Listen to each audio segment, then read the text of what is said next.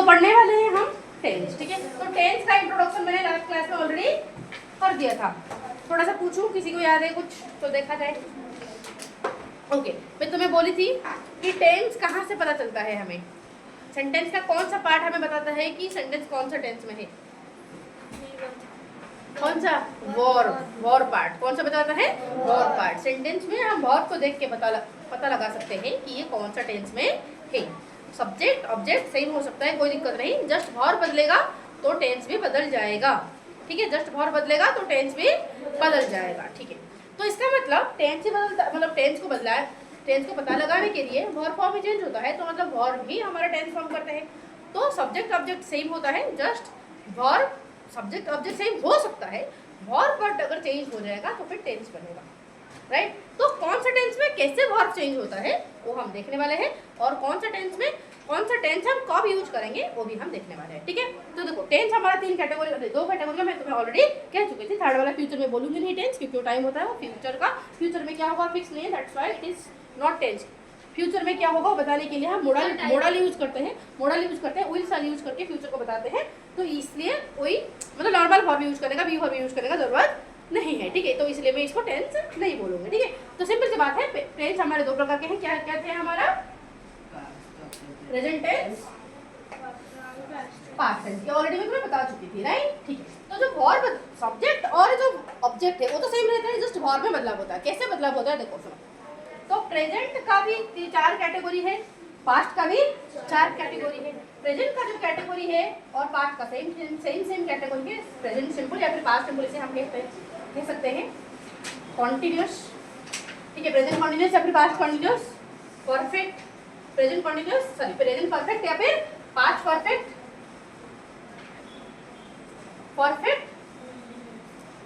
Continuous, present perfect continuous या फिर past perfect continuous, okay. Subject object same हो सकते हैं, सब्जेक्ट ऑब्जेक्ट सेम हो सकते हैं, जस्ट हमारा वर्ब पे जो कैसे बदलाव होता है देखें। प्रेजेंट सिंपल में कौन सा वर्ब होता है? Verb one. कौन सा होता है? Verb one, okay. इनका फिर अफर्मेटिव नेगेटिव होता है कि नहीं? अफर्मेटिव क्या होगा? Subject plus verb one plus object, ठीक है। इसका नेगेटिव में क्या हो जाएगा? नेगेटिव में क्या होगा? मैं बोली थी लास्ट क्लास में, ऑलरेडी मैंने बोली थी, राइट। सारे भूल गए हो, लास्ट क्लास में तो बोला गया था, ठीक है। क्या था?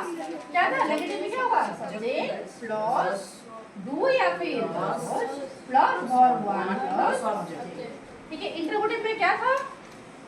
ये जो डू डज शुरू में आ जाएगा, जस्ट सब्जेक्ट के शुरू में आ जाएगा डू और डज, फिर तुम्हारा सब्जेक्ट बाद में आएगा, फिर वर्ब वन, फिर तुम्हारा ऑब्जेक्ट। अगर तुम्हें लगाना है यहाँ पर कोई डब्ल्यूएच वर्ड तो उससे पहले लगेगा, ठीक है। हाँ तो क्वेश्चन मत ली हमें, ठीक है। मतलब डब्ल्यूएच या डू या डज में से कोई एक लगे। कौन सा लगेगा? अगर थर्ड पर्सन सिंगुलर होगा तो डज लगेगा, जैसे कि थर्ड पर्सन सिंगुलर मतलब कौन सा? ही सी इट और any single thing, any single thing. और ये होगा तो इनके साथ डज लगेगा, बाकी सबके साथ डू लगेगा। यहाँ पर भी तुम्हें बोली थी, बेटा क्या बोली थी? अगर थर्ड पर्सन सिंगुलर होता है तो यहाँ पर वर्ब में एस लग जाएगा। क्या लग जाएगा? एस लग जाएगा, एस या फिर एस लगेगा। कब लगेगा? अगर तुम्हारा सब्जेक्ट थर्ड पर्सन सिंगुलर है। थर्ड पर्सन सिंगुलर मतलब क्या होता है? ही या फिर सी या फिर इट या फिर एनी सिंगल चीज, कोई भी सिंगल चीज, राम बोले या फिर राहुल बोले, रोहन बोले, अयंत बोले, जो भी सिंगल, अयंत मतलब एक ही नहीं, तो कोई भी सिंगल आता है तो हम लगाते हैं वर्ब के साथ एस। समझ आया कि ये बात समझ आ गया, ठीक है। तो ये अगर हुआ प्रेजेंट सिंपल का, तो पास्ट सिंपल कैसे होगा? देखो पास्ट सिंपल में हो जाएगा पहले सब्जेक्ट, देखो यहाँ पर भी था पहले सब्जेक्ट, यहाँ पर भी होगा पहले सब्जेक्ट। तो स्ट्रक्चर में सब्जेक्ट तो जैसे जगह अपनी जगह में रहेगा, कोई बदलाव होगा नहीं, ठीक है। तो सब्जेक्ट फिर तुम्हारा हो जाएगा वर्ब टू। यहाँ पर कौन सा हो जाएगा? Verb to. वर्ब का तीन फॉर्म तुम्हें पढ़ने के लिए मैं दी थी ऑलरेडी, तो उस फॉर्म में से वर्ब का टू फॉर्म लगेगा, ठीक है। वर्ब का सेकेंड फॉर्म लग सकता है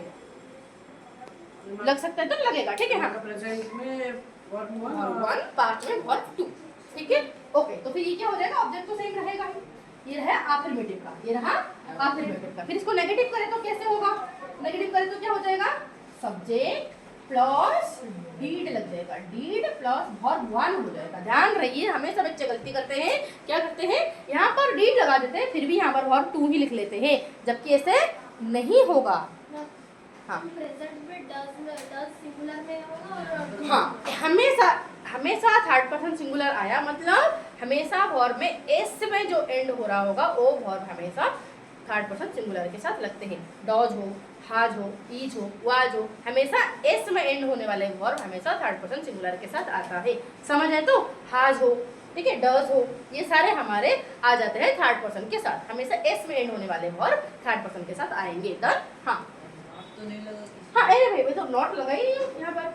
हाँ नॉट लग जाएगा यहाँ पर फिर नॉट लग जाएगा। ये नॉट क्योंकि नेगेटिव हम बना रहे राइट, तो इसलिए हो जाएगा वर्ब वन फिर तुम्हारा ऑब्जेक्ट। कोई दिक्कत की बताओ, कोई दिक्कत की बताओ? क्लियर? तो फिर तुम्हारा इंटरोगेटिव कैसे हो जाएगा बताओ? इंटरोगेटिव कैसे हो जाएगा? इंटरोगेटिव डीड आ जाएगा शुरू में। क्या हो जाएगा? डीड आ जाएगा शुरू में, फिर सब्जेक्ट, फिर तुम्हारा वर्ब वन होगा, फिर तुम्हारा ऑब्जेक्ट होगा, फिर क्वेश्चन मार्क अगर डब्ल्यूएच लगाना है तो उससे पहले लगाओगे। ठीक है?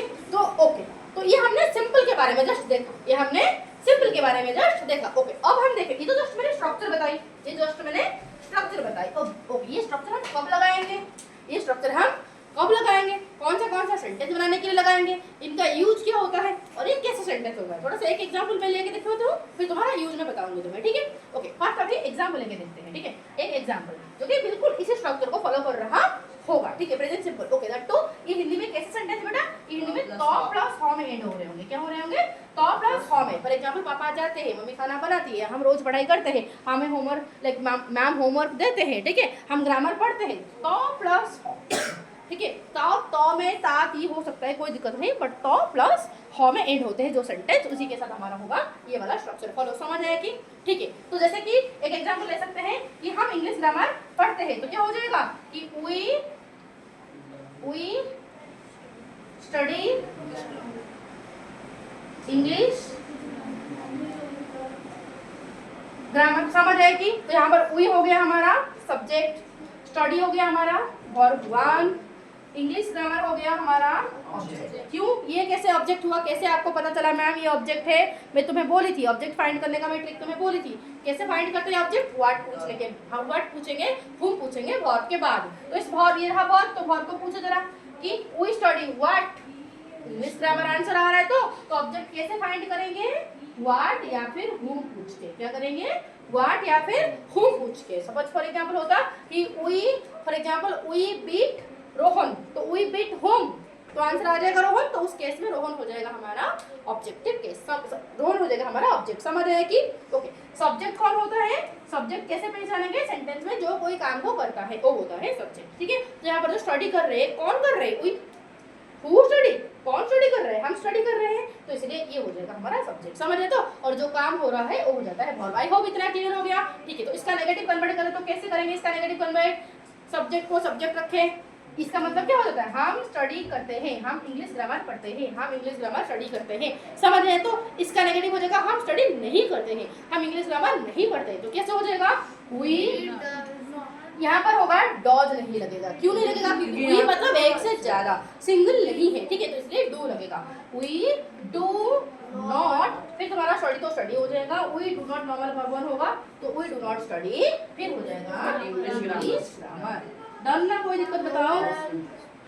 समझ आ गया? तो इसका इंटरोगेटिव कन्वर्ट करें। ठीक है? मैं अगर बोलूँ हम इंग्लिश ग्रामर क्यों पढ़ते हैं, ठीक है, तो इंग्लिश ग्रामर हम क्यों पढ़ते हैं, तो जो क्यों मैं पूछूं तो अलग बात है। पहले हम क्या करते थे? इंटरोगेटिव कैसे बनाते थे? डू को हम पहले ले आते थे, तो इसलिए डू पहले आ जाएगा, डू, फिर उई बाद में चला जाएगा, डू उई, फिर वर्ब वन हो जाएगा। स्ट्रक्चर को देखो फॉलो हो रहा है क्या? पहले आया हमारा डू, डज में से पहले आ गया, फिर तुम्हारा सब्जेक्ट आया कि नहीं हुई, फिर तुम्हारा वर्ब आया कि नहीं स्टडी, फिर तुम्हारा आ जाएगा ऑब्जेक्ट जो कि इंग्लिश ग्रामर हो जाएगा ग्रामर। आती हूँ। ठीक है? तो यहाँ पर हो जाएगा do we study English grammar, क्या हम इंग्लिश ग्रामर पढ़ते हैं? क्वेश्चन आ जाएगा। बट अगर तुम्हें ऐसे क्वेश्चन पूछना है, ओके, बट तुम्हें ऐसे क्वेश्चन पूछना है जिसका आंसर तुम यस और नो में नहीं दे सकते हो, तो उस केस में तुम्हें डब्ल्यूएच वर्ड लगाना पड़ेगा। ठीक है? एग्जैक्टली तुम बोलोगे क्यों पढ़ रहे हो, तो हो जाएगा व्हाई डू। ओके, ये स्मॉल हो जाएगा, why do we study English grammar. For example तुम पूछना चाहते हो हम कब पढ़ते हैं, तो ये हो जाएगा व्हेन डू। ओके, तुम लोग कहाँ पढ़ते हैं, तो हो जाएगा वेयर डू। ठीक है? पढ़ते हैं हम क्या पढ़ते हैं, व्हाट डू। अगर क्या का आंसर तो ये आ जाएगा तो इसको मिटा दिया जाएगा उस केस में, व्हाट डू वी स्टडी। ठीक है? क्योंकि हम क्या पढ़ते हैं, इंग्लिश ग्रामर, तो ये क्वेश्चन पढ़ रहे हैं, क्वेश्चन पूछ रहे, समझ आए? तो इस तरह हो सकता है कि नहीं? ओके, यहाँ पर तो पूछना चाहते हो कैसे पढ़ते हैं, तो पूछ लोगे how do we study English grammar. ऐसे हो जाएगा कि नहीं बताओ? लेकिन मैम इंट्रोगेटिव में तो WHO हाँ बेटा, WH फैमिली में ये भी आता है। क्यों? क्योंकि WH फैमिली मतलब ऐसे वर्ड बेटा जिनको हम क्वेश्चन पूछने के लिए यूज करते हैं। तो हाउ को भी हम क्वेश्चन पूछने के लिए यूज करते हैं, भले ही इसमें WH वर्ड नहीं है बट फिर भी ये WH फैमिली में ही आता है। ठीक है, समझ गए? तो क्या ये ये क्लियर भी है? आ सकता है क्योंकि यहाँ पे हाँ। H लगे और W लगे। यस, ये भी हम लगा सकते हैं। ठीक है, ये भी लॉजिक लगा सकते हैं। हाँ हम यहाँ पर ये भी लिख सकते हैं what do we study in English grammar. हाँ, वो भी कर सकते हैं यार। वो भी हाँ हाँ, डू वी स्टडी ये भी हो सकता है। ठीक है, तो समझ आया कि अभी क्या ये समझ आ गया? ठीक है, ओके। तो फिर ये जो स्ट्रक्चर हम कब फॉलो करते हैं, ये स्ट्रक्चर हम कब बताएंगे? ये जो स्ट्रक्चर हम लगा रहे हैं subject plus verb plus subject, ये तो हमने लगा दिया और सेंटेंस बना दिया, बट ये सेंटेंस कब बनाएंगे, कौन सा सिचुएशन में हम ये स्ट्रक्चर फॉलो करेंगे? तो इसका यूजेस अभी बताने वाले हैं। एक मिनट रुक जाओ, इसका यूजेस हम बताने वाले हैं। ठीक है,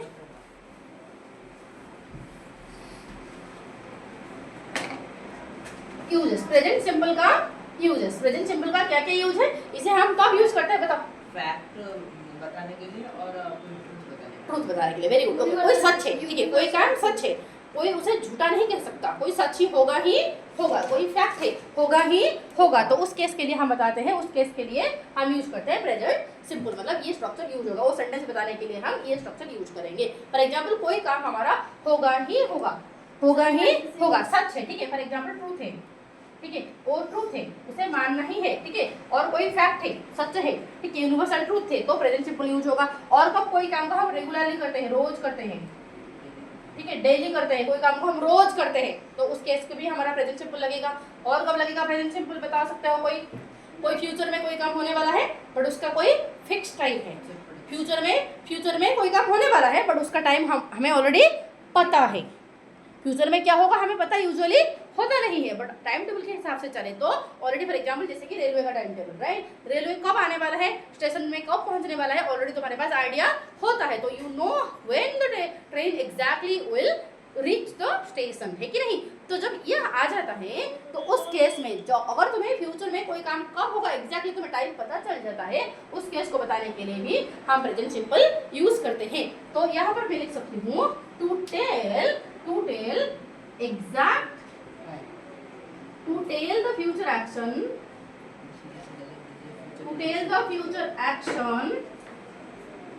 if you know the exact time, अगर तुम एग्जैक्ट टाइम जानते हो उस फ्यूचर एक्शन का वो कब होगा, उस केस में भी तुम लगा सकते हो। ओके, फास्ट का एग्जांपल हम ले जाते हैं, फास्ट का एक एग्जांपल लेते हैं, जैसे कि क्या ले जाएंगे, for example India is a diverse country, कह सकते हैं हम। क्या इस बात को कोई झुठला सकता है? ये सच है कि नहीं बताओ? हर कोई बोलेगा ये सच है, तो सच है तो क्या ये फैक्ट में जाएगा? चलो इस बात को मैं कैसे लिखूं, इस बात को मैं सब्जेक्ट लिख दूं इंडिया, इसमें कब किसके बारे में कहा जा रहा है, इंडिया के बारे में कहा जा रहा है। सेंटेंस में जिसके बारे में कहा जाता है वो भी सब्जेक्ट होता है, जो काम करता है वो भी सब्जेक्ट होता है, तो यहाँ पर कोई काम नहीं हो रहा है तो जिसके बारे में कहा जा रहा है वो सब्जेक्ट है, तो इंडिया।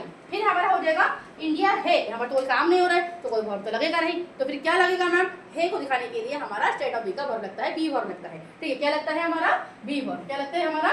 बी वर्ब, क्योंकि ये प्रेजेंट है बेटा, तो प्रेजेंट बी वर्ब का प्रेजेंट फॉर्म होता है इज, आम, आर।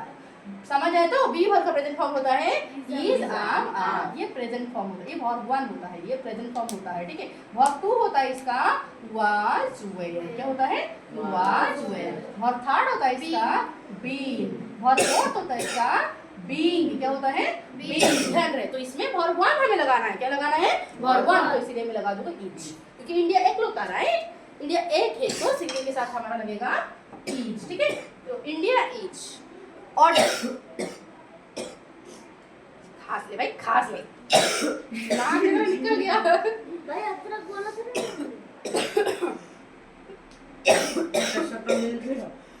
अरे भाई नाम जानबूझ के कहा नहीं, नाक जैसा कर गया भाई अदरक अगर प्रेशर तो भाई अदरक बोला था ना मैम, लास्ट में तुम अदरक भी नहीं लाया।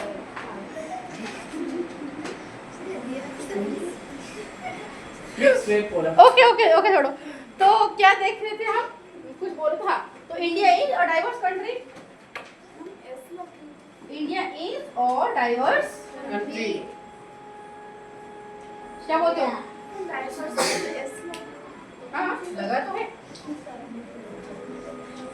लगा तो है भाई, मैम को थोड़ा सा एस तो लगा है, पागल है, स्पेलिंग लिख में दिखाई नहीं दे रही। कमेंट कमेंट कमेंट तो समझ आया कि तो क्या भाई ये भी तुम्हारा सब हल्ला मचा दो रिकॉर्डिंग ना हो।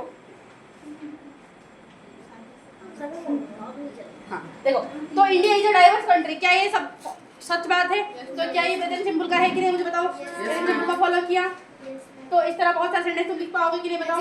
ठीक उसी तरह ये वाला कोई काम हम रोज करते हैं, तो कौन सा काम तुम रोज करते हो? रोज ट्यूशन आते हो, है कि नहीं? तो इस तरह हम लिख सकते हैं कि वी स्टडी डेली। हाँ, तो इस तरह हम लिख सकते हैं कि वी गो ट्यूशन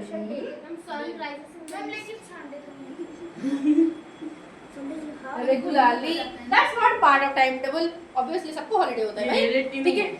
क्या ये समझ है? तो क्या ये भी मैंने प्रेजेंट सिंपल फॉलो किया? ये भी प्रेजेंट सिंपल फॉलो हुआ कि नहीं? इसको देखो जरा, कोई फ्यूचर का एक्शन होने वाला है, कब होने वाला है एग्जैक्टली तुम्हें टाइम पता है, तो उस केस में भी हम लगाते हैं, उस केस में भी हम लगाते हैं प्रेजेंट सिंपल, उस केस में भी हम लगाते हैं प्रेजेंट सिंपल। तो बताओ वैसे फॉर एग्जांपल क्या लिखेंगे? ऐसे लिखेंगे कि the president of India reaches Odisha at 12 PM, ठीक है। कि अगर क्योंकि प्रेसिडेंट का जो शेड्यूल होता है वो ऑलरेडी सेट होता है, एग्जैक्टली कहाँ पर आके पहुंचेंगे ऑलरेडी सेट हो, सबको पता जाता है, सबको सबके पास खबर होता है, सारे न्यूज चैनल को खबर हो जाता है। तो क्योंकि टाइम ऑलरेडी शेड्यूल होता है, तो ऐसे शेड्यूल फ्यूचर एक्शन को बताने के लिए हम प्रेजेंट सिंपल लगाते हैं, इसीलिए मैंने रीचेस लगाई। देखो यहाँ पर वर्ब के साथ मैंने एस लगाई, क्यों लगाई वर्ब के साथ एस? इसलिए क्योंकि प्रेसिडेंट ऑफ इंडिया एक ही है, सिंगल है, तो वर्ब के साथ वर्ब वन के साथ हमारा क्या लग जाएगा? एस लग जाएगा। समझ आया कि समझ आ गया ना? कोई चीज बताओ, क्लियर? तो प्रेजेंट सिंपल अभी हो गया हमारा क्लियर, इसका स्ट्रक्चर हो गया, ये कब लगेगा और कैसे सेंटेंस होता है, और इसका अफर्मेटिव, इंटरोगेटिव और नेगेटिव कैसे होता है ऑलरेडी तुम्हें पता चल गया। अगर तुम्हें पता चल गया तो हर एक यूज को लेकर 10-10 सेंटेंस लिखोगे, उसको नेगेटिव और इंटरोगेटिव में कन्वर्ट करके लाओगे। That's your homework.